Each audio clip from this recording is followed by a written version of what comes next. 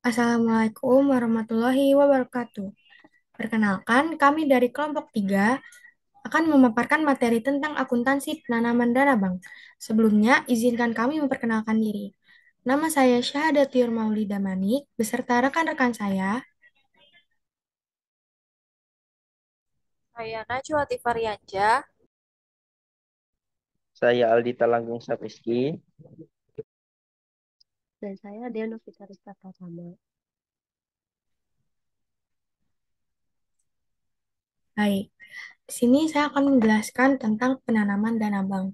Penanaman dana bank meliputi penanaman dana dalam liquid atau kas, penanaman dana pada lembaga keuangan, penanaman dana dalam bentuk perkreditan, dan penanaman dana dalam aktiva tetap. Tujuannya itu sendiri adalah untuk memperoleh atau menciptakan pendapatan bank melalui penciptaan aktiva produk yang produktif yang menghasilkan. Lalu, sumber-sumber tadi berasal dari dana pihak satu, yaitu bersumber dari bank itu sendiri, yaitu dana pihak kedua bersumber dari lembaga keuangan lain, dan dana pihak ketiga yang bersumber dari masyarakat. Lalu, tujuan dari penanaman dana bank ini, yang pertama ada kegiatan operasional bank, lalu memelihara likuiditas, menghindari terjadinya over atau under liquid, dan memperoleh pendapatan. Dalam penanaman dana bank, untuk tujuan operasional sendiri itu harus memperhatikan pada dasar kebutuhan dana masyarakat yang rata-rata itu membutuhkan uang tunai setiap hari. Sedangkan penanaman dana kas ke bank lain harus memperhatikan syarat minimum yang harus dipelihara oleh bank, yaitu 5% dari dana masyarakat yang dimiliki oleh bank, sehingga terjadi likuiditasnya. Lalu ada jenis-jenisnya. Yang pertama itu ada remise atau pengiriman uang antar cabang bank. Lalu ada penanaman pada bank lain dalam bentuk giro, deposito berjangka, call money, deposito deposits on call, surat berharga, dan yang terakhir ada penanaman dana dalam bentuk kredit. Lalu di slide ini akan dijelaskan oleh rekan saya. Oke, selanjutnya yaitu mengenai transaksi penanaman dana kas, penanaman dana bank dalam kas dan bank. Seperti yang kita tahu, kas sendiri adalah uang tunai dan saldo simpanan di bank yang dapat digunakan untuk membiayai kegiatan perusahaan. Kas terdiri dari uang kertas, logam, cek, wesel, atau deposito. Perusahaan harus menyediakan kas yang cukup untuk membiayai pengeluaran perusahaan yang tak terduga. Kas merupakan aset keuangan yang paling likuid dan berfungsi sebagai alat pembayaran yang sah atau pelunasan kewajiban. Menurut Standar Akuntansi Keuangan atau SAK tahun 2002, kas ialah alat pembayaran berupa uang tunai yang selalu siap digunakan untuk membiayai kegiatan umum perusahaan. Jenis kas lainnya yaitu ada kas kecil atau yang disebut petty cash. Kas kecil adalah sejumlah dana yang disimpan oleh sebuah perusahaan untuk membayar keperluan operasional yang bersifat mendadak dan pembayaran yang berjumlah sedikit. Selanjutnya yaitu ada penjelasan mengenai kas bank.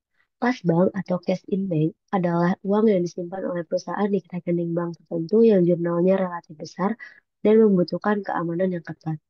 Kas bank disimpan di bank dalam bentuk rekening tabungan dan giro atau bilet yang dapat digunakan setiap saat. Atau secara singkatnya, kas bank adalah saldo sisa rekening tabungan atau giro perusahaan yang dapat digunakan secara bebas untuk membiayai berbagai transaksi. Slide selanjutnya. Nah, di sini ada alur transaksi kas bank dibagi menjadi dua, yaitu penerimaan kas bank dan pengeluaran kas bank. Penerimaan kas bank. Segala penerimaan kas bank di perusahaan berasal dari berbagai sumber, antara lain setoran modal, penjualan tunai, penerimaan piutang atau tagihan, penerimaan pinjaman atau kredit yang diterima, dan sumber lainnya. Dokumen atau bukti tertulis penerimaan kas bank berupa kopi nota kontan, kwitansi, atau bukti kas masuk. Selanjutnya yaitu ada pengeluaran kas bank. Pengeluaran kas bank di perusahaan dipakai untuk membiayai berbagai kegiatan antara lain pembelian barang dagang secara tunai, pembayaran utang, prive atau pengambilan dana pribadi, pembayaran dan biaya-biaya operasional perusahaan, dan pembiayaan kegiatan lainnya. Dokumen atau bukti tertulis pengeluaran kas bank ini berupa nota kontan, kwitansi, atau bukti kas keluar. Nah, di slide selanjutnya yaitu ada perluasan mengenai remise yang telah dijelaskan sebelumnya oleh rekan saya. Remise sendiri adalah pengiriman uang secara fisik dari satu bank ke bank lain atau dari satu cabang ke cabang lain. Berikut adalah contoh transaksi dalam remise. Bank Tank Jakarta mengirim uang secara fisik sebesar 50 juta tunai kepada Bank Tank Bandung dikarenakan kebutuhan likuid di cabang tersebut, yaitu pertama pencatatan di Bank Tank Cabang Jakarta. RAK Cabang Bandung di debit sebesar 50 juta dan kas di kredit sebesar 50 juta. Yang kedua yaitu ada pencatatan di Bank Tank Cabang Bandung. Kas di debit sebesar 50 juta dan RAK Cabang Jakarta di kredit sebesar 50 juta. Selanjutnya yaitu ada penanaman pada bank lain, yaitu pengiriman uang dari satu bank ke bank lain atau dari satu cabang ke cabang lain pula. Berikut adalah contoh transaksinya. Bank Mega Jakarta membeli deposito berjangka Bank ABC sebesar 200 juta. Suku bunga 24% setahun, jangka waktu 3 bulan. Selain itu, Bank Mega menempatkan sebagian dananya pada Bank XYZ Jakarta untuk call money sebesar 400 juta dengan suku bunga 30% setahun. Dana dapat ditarik sewaktu-waktu. Bank Mega juga menempatkan uangnya pada Bank RST Jakarta dalam bentuk deposit on call sebesar 450 juta dengan suku bunga 26% setahun. Jangka waktu yaitu 2 bulan. Pembayaran kepada lembaga keuangan tersebut di atas dilakukan atas beban rekening giro Bank Mega Jakarta pada Bank Indonesia. Pencatatan pertama yaitu pada saat penanaman dana bank dengan debit pada bank lain deposito dan debit bank lain call money. Kreditnya yaitu BI Giro. Debit yang pertama yaitu ada bank lain deposito berjangka rekening bank ABC Jakarta, Bank Cabang Jakarta sebesar 200 juta. Debit kedua ada bank lain call money rekening bank XYZ sebesar 400 juta. Yang ketiga ada debit bank lain deposit on call rekening bank RST Cabang Jakarta sebesar 450 juta. Dengan kredit Bank Indonesia Giro sebesar 1 miliar 50 juta.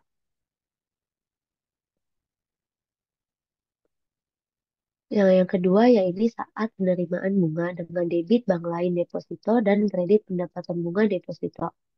Debit yang pertama yaitu bank lain Giro dengan rekening Bank ABC sebesar 4 juta.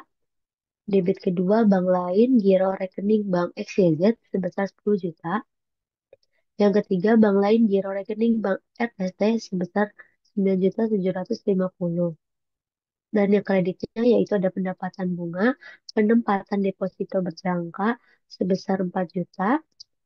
Kredit kedua ada pendapatan bunga penempatan komodi sebesar 10 juta. Dan kredit yang terakhir yaitu ada pendapatan bunga penempatan deposit on call sebesar 9.750.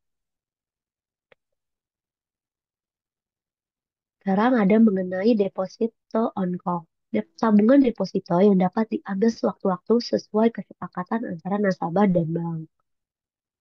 Lalu ada mengenai call money atau yang disebut dengan instrumen bank dalam mengatasi kekurangan atau kelebihan dana jangka pendek yang bersifat sementara ataupun jangka pendek. Nah, yang selanjutnya ini ada transaksi penanaman dana bank dalam Giro BI. Giro BI atau pencatatan giro di Bank Indonesia atau BI diatur dalam Peraturan Bank Indonesia atau yang disebut PBI nomor 24 19 PBI 2022. PBI mengatur bahwa rekening giro adalah rekening simpanan nasabah di BI yang penyetoran dan penarikannya dilakukan sesuai dengan ketentuan dan persyaratan yang ditetapkan oleh BI. Giro BI dapat digunakan untuk membayar penarikan deposito yang relatif besar dan pemberian kredit.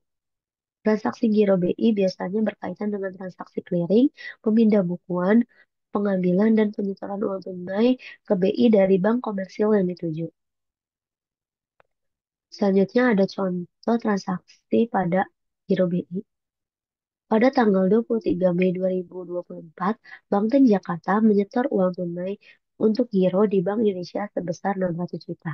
Pencatatannya yaitu debit giro BI sebesar 600 juta, dan kreditnya kas sebesar 600 juta. Nah, itu ada transaksi kedua. Pada tanggal 22 Desember 2024, Bank Tank menerima tagihan dari Bank Raya sebesar 300 juta untuk beban Nyonya Dewi. Dengan pencatatannya yaitu debit giro Nyonya Dewi sebesar 300 juta dan kredit giro BI sebesar 300 juta. Untuk penjelasan selanjutnya akan dijelaskan oleh rekan saya. Baik, selanjutnya adalah transaksi penanaman dana bank dalam kredit yang diberikan. Yang pertama itu ada upaya. Penanaman dana bank adalah upaya untuk memperoleh pendapatan melalui aktiva produktif, seperti kas likuid dan kredit. Kemudian, jenis kredit yang diberikan meliputi kredit investasi, kredit modal kerja, dan kredit profesi dengan jangka waktu pendek atau jangka waktu panjang sesuai dengan kebutuhan debitur. Kemudian ada juga nih prosedurnya. Prosedur kredit meliputi pengumpulan dokumen, kemudian ada wawancara, kemudian juga analisis ekonomi, dan yang terakhir penilaian jaminan. Dan apabila disetujui, bank memberikan syarat yang harus dipenuhi oleh debitur. Persyaratan untuk individu dan badan usaha berbeda, terutama terkait dokumen seperti SIUP atau surat izin usaha perdagangan, kemudian NPWP, nomor pengguna wajib pajak, dan yang terakhir ada IMB atau izin izin izin mendirikan bangunan. Oke. Kemudian berikut adalah contoh transaksinya. Bank Mandiri Surabaya telah menyetujui pemberian kredit investasi kepada PT Anggun Jaya sebesar 250 juta untuk rencana ekspansi usaha dengan suku bunga 1.500.000, biaya materai dan lainnya sebesar 50.000, serta biaya notaris kepada notaris sujaka sebesar 5 juta, dibebankan dan dibayar langsung oleh calon nasabah pada Bank Mandiri Surabaya. Nah, oleh Bank Mandiri, komitmen ini dicatat sebagai berikut. Debit kredit yang diberikan sebesar 250 juta. Kemudian untuk kreditnya adalah rekening administrasi kredit yang telah disetujui sebesar 250 juta. Kemudian untuk perhitungan provisi kredit ditetapkan sebagai berikut, di mana debit adalah giro debitur dan kredit adalah pendapatan provisi kredit. Rincian lengkapnya adalah debit giro rekening PT Anggun Jaya sebesar 6.550.000 pada kredit pendapatan provisi kredit sebesar 1.500.000, kredit persediaan formulir berharga 50.000, dan yang terakhir ada kredit giro rekening Tuan Sujaka sebesar 5 juta. Nah, selanjutnya adalah transaksi penanaman dana bank dalam surat berharga. Penanaman dalam bentuk surat berharga bersifat sementara dan bertujuan untuk dijual kembali ketika diproyeksikan akan memperoleh keuntungan. Surat berharga ini harus memenuhi beberapa kriteria, yaitu memiliki pasar yang memungkinkan untuk diperjualbelikan segera, kemudian dapat dijual sewaktu-waktu jika ada kebutuhan dana, dan yang terakhir tidak dimaksudkan untuk menguasai perusahaan lain.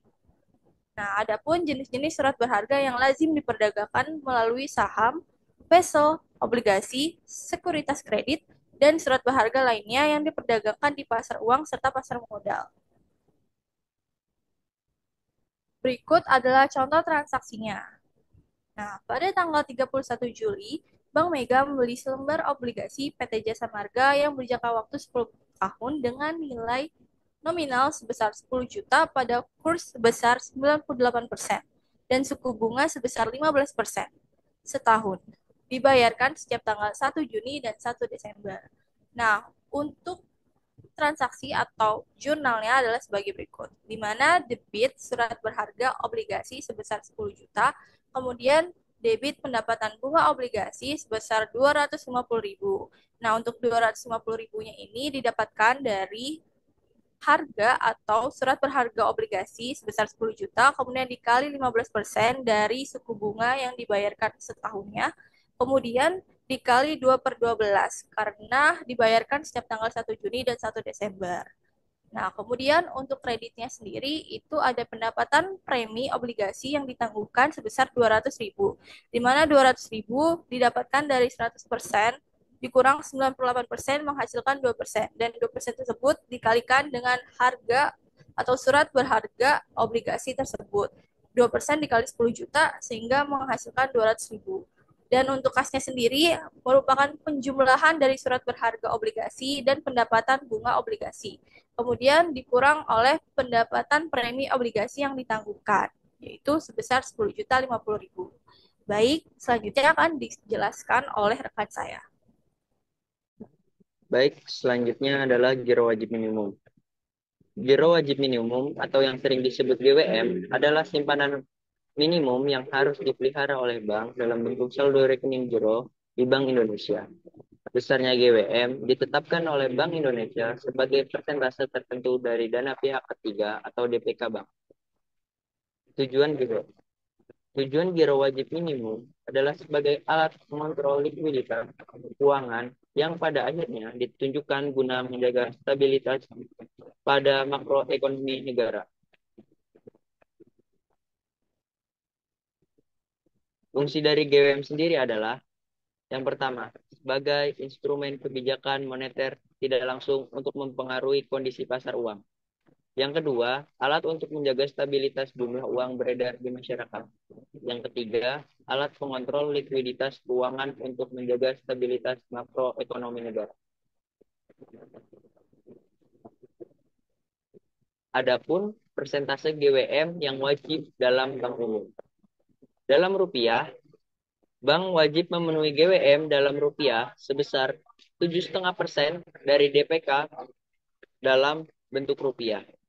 Lalu, dalam bentuk valuta asing, bank wajib memenuhi GWM dalam rupiah sebesar 1% dari DPK dalam bentuk falas.